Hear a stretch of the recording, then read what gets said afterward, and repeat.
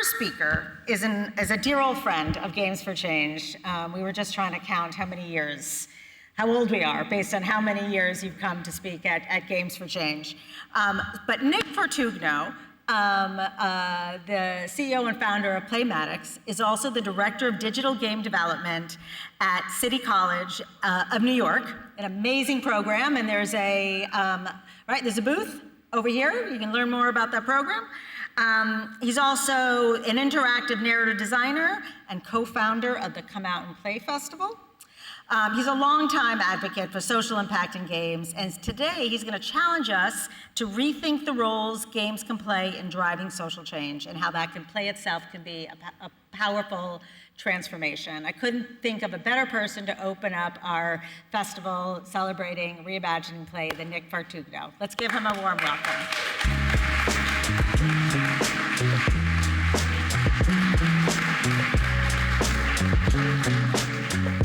Hi, everybody. How's it going? This talk, two things. This 20-minute talk for something that I could talk about for a day. So I'm gonna sprint. There's more detail on all of this. If you can look up all the stuff. I put the links into the notes. Second, I'm gonna try not to speak at 1.5 speed as a result of that.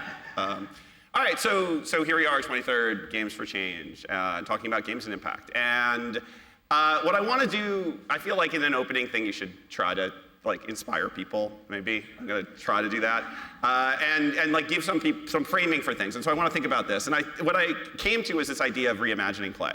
I want to start by saying we're good at this, right? Like games and impact, we're good at this. We've done this for a while. And if you just look at the games that are in the festival this year, you can see like the wide variety of things that we produce, right? Like games thinking about issues facing teens and eating disorders, games thinking about policy around AI. I'm just going from left to right. Like games thinking about AI and policy with AI in the world, games using MR to help people move and work in the world.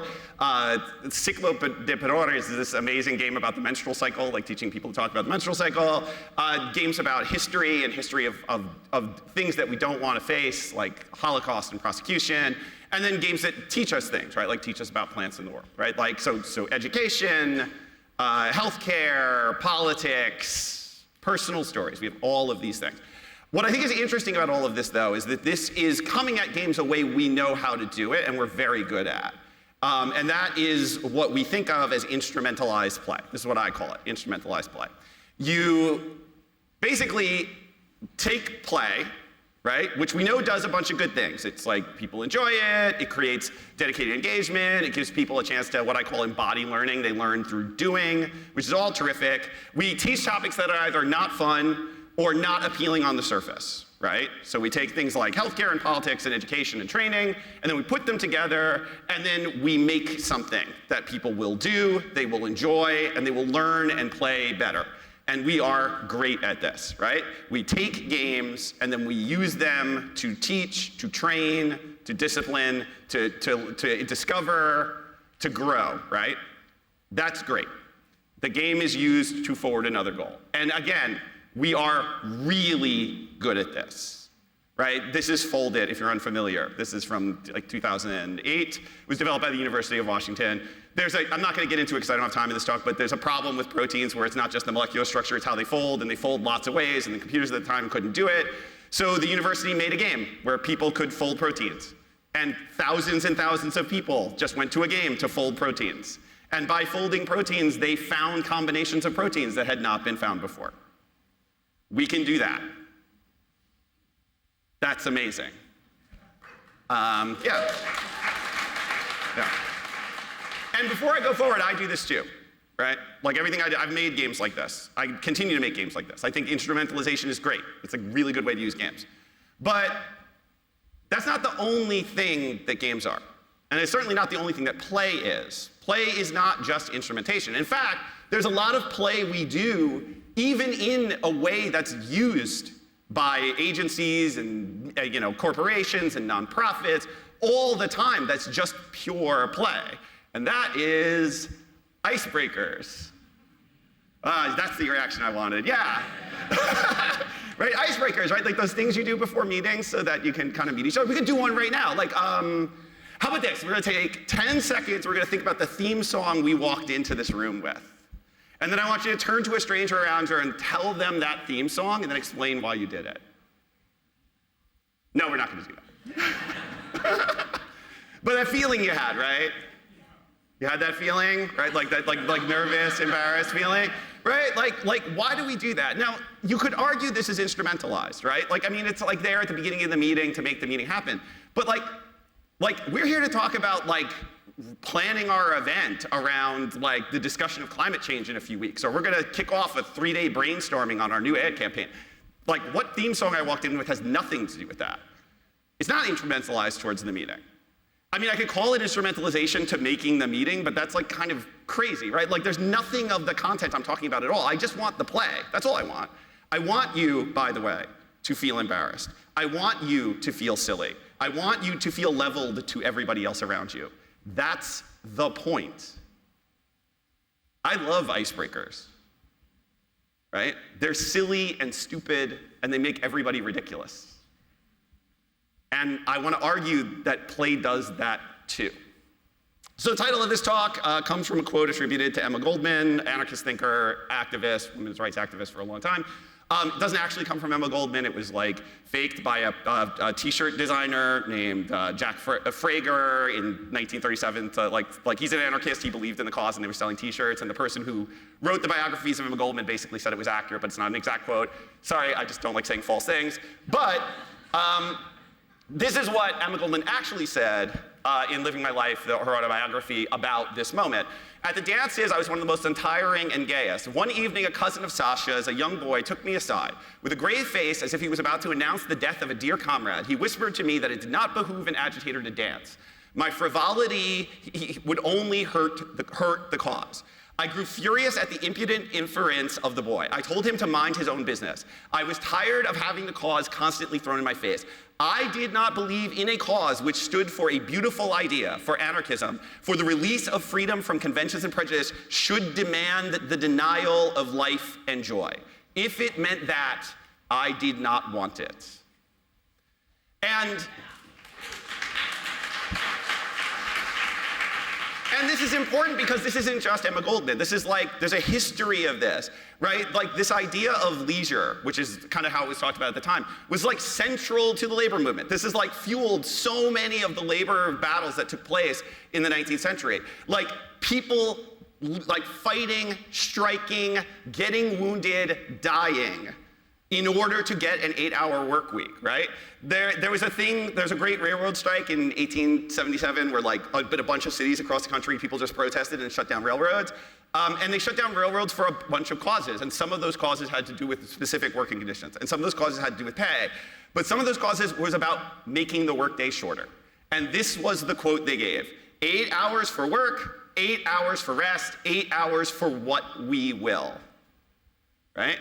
So 8 hours for freedom to do what we want. And this runs through thinking about these policies, about labor policy, about women's rights policy. You know, like a history of this goes through the kind of concept of bread and roses. And if you saw Mom Donnie's inauguration, the song was sung. And you might wonder why this song was sung. And it comes from a quote from like a speech from Helen Todd about women's rights that James Oppenheimer made into a poem in 1915, and then Mima Farina made into a song in 1974. And it's about this question of like, what are we looking for from the revolution? And like this line is to me like the really powerful, like the whole song is powerful and you should watch it if you haven't. It like, as someone who cares about labor, it made me cry. But as we come marching, unencumbered women dead, go crying through our singing their ancient song of bread. Small art and love and beauty, their drudging spirits knew. Yes, bread we fight for, but we fight for roses too.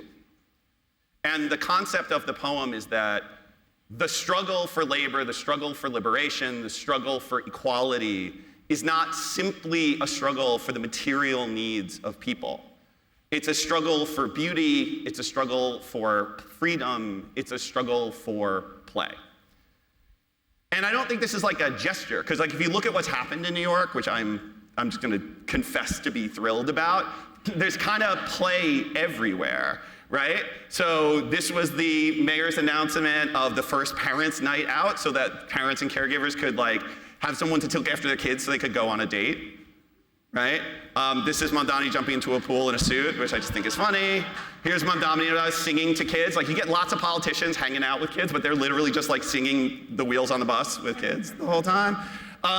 Handing out tickets. Like, very early in the Mamdani administration, there was an announcement that the mayor's office was giving away free tickets to the Under the Radar Festival, which they did, which is if you don't know it, it's an underground theater festival that hosts a lot of immersive and small plays. And the reason why they gave it is because theater should not be a luxury. That was the quote, right? Or just literally keeping the lights on in fields, right? Okay, so, you know, like this, what is this, right?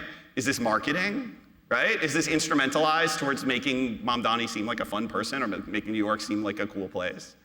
That's a weird instrumentalization, right? That like, oh, I want to make you think that the city is cool, so I'll instrumentalize doing cool things so you make the city as cool? Is that I mean, that's crazy, right? Like, I'm literally making the city cool. I can go play football longer in a field. That's like better, right? And this has been here from the very beginning, right? I don't know how many of you are New Yorkers, but like when the Mamdani campaign was a campaign, they hosted a scavenger hunt in New York City. This was dropped on Mamdani's Instagram in a couple of small places, and thousands of people showed up. And ostensibly, it was about like going to different places where different mayors were and talking about corruption in the past. It was sort of like a dig at, you know, other people running in the race. But what's interesting is that there wasn't actually a lot of that content. Like, if you went to this thing, they didn't lean into that content. It wasn't about teaching you that stuff. It was there. It was going to a park and then running around the city. There was a line that wrapped around Union Square. And like, everybody was just thrilled to be there. We were like, are we gonna play a game for a mayoral campaign? Is that what's actually going to happen? And this is Riley McLeod from Aftermath writing about it. I'm no political strategist, so I can't say the scavenger hunt was successful as a campaign event. No one asked me for my contact information. No one said anything about Mamdani's policies. Being fun is no guarantee you'll be a good mayor, but Mamdani's campaign has embraced what seems to be a genuine joy and love of what the city has to offer. These kind of things portray him as someone who actually likes being here, right? And I mean, that's how I felt when I was at that game. I just liked being there. I don't know, like I wasn't, no one asked me who I was. I didn't do any campaigning, right? I just was having a good day in a city. And I thought about the power that has for politics. And we know this as game designers, because like there's theories about this, right? Like, people have been talking about this for a really long time. Bernie DeKoven talks about this, game designer and rabbi, and I like putting those things together because I think DeKoven thought of those things as the same thing. Talking about the way that like play by itself, as a thing, just people playing together, form a connection. It's a connection that play creates. He calls it co-liberation, right? Like cooperative liberation. We become liberated by cooperating, right? And that to DeKoven, the game itself is not actually that important, right? Like the game itself is a vehicle to do that. And in his discussions in the Well-Played Game, he talks about how, like, if you're playing a game with somebody and you don't like the way the game is going, you just change it. Like, he talks about a ping pong game with his friends where it's just like, oh, we could just like stop keeping score, or we could like make the field bigger, or we could just keep going. Because the important thing is not the rules and it's not the ping pong, it's the connection. Like, we're just connecting. This is just a vehicle to connect. Like, this thing, right? Why do you do this? Right? You're not learning fractions, right? Nobody wins, right? But like you're applauding. Like, there's something about it that's like so powerful, and I think that's part of what this is all about. That play can do that, right? Play uninstrumentalized. I mean, you can instrumentalize it too, but just play by itself does that, right? And play serves that purpose in a number of ways, right? Play, like, this is Alice Walker, sort of like a book of poems she wrote talking about this idea of dancing, and that hard times require furious dancing, right? Like, that we must have some play when things are hard, because that's what connects us to people, and that's what brings us back to ourselves, right? So play as healing, just again, as play. And, just because we should go back to the root, right? I don't know, game designers in the room, Huizinga, people familiar, right? Magic circle, right? Central to our thinking. You should go back and read Homo Ludens if you have not read it for a while, because it is not a book about the magic circle, right? It is a book where Huizinga argues that play is at the center of all living things, right? All advanced living things. That's the center of what they are. And he argues in that theories of what play does, right? Biological theories of what play does are always caught up in this idea of utility, that they have to be doing something else. Like the play has to exist for doing something else. And what Huizinga argues is that if you study these theories, we just keep searching and searching and searching and searching and searching for the thing that play is actually doing that's not play. And what he observes is that and I'll just read the quote, nature, so our reasoning might tell us, could just have easily given her children all of these useful functions of discharging superabundant energy, of relaxing after exertion, of training for the demands of life, of compensating for unfulfilled longings in the form of purely mechanical exercises and reactions. We have so many instincts in our bodies that are designed to feed us when we're hungry, rest us when we're tired, right? Regulate our metabolism. And yet, we have this other thing that has no meaning that we just do. She gave us play with its tension, its mirth, and its fun. Homo ludens, right? Plays, right? That's the center. I'm not saying that's necessarily true, but I think it's interesting to imagine, right? So, like when I think about a reimagining play, that's what I think about. There's nothing wrong with instrumentalizing play. Again, we're really good at it. We have made a lot of really good projects at it. Go to the awards and look at all the really good games that are currently working on these issues in this strict instrumentalized way, and they're making change in the world, and that's great. But the play is doing something too. The play is doing something in and of itself, by itself, and there's a power in that that's incredible. It's a power that people have fought and died for throughout history, right? People have literally died so that we would have the leisure we have today. To feel free, to feel safe, to feel unproductive, to feel joy.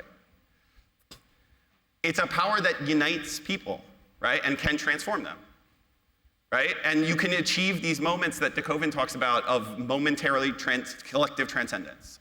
We can be a we, like a great we, for a moment. And maybe it's just at the heart of every living thing, like that desire. We want bread. We need bread. We deserve bread. But we also want roses. We need roses. We deserve roses. And I would argue that the harder times get, the more furious our play should be. Thank you.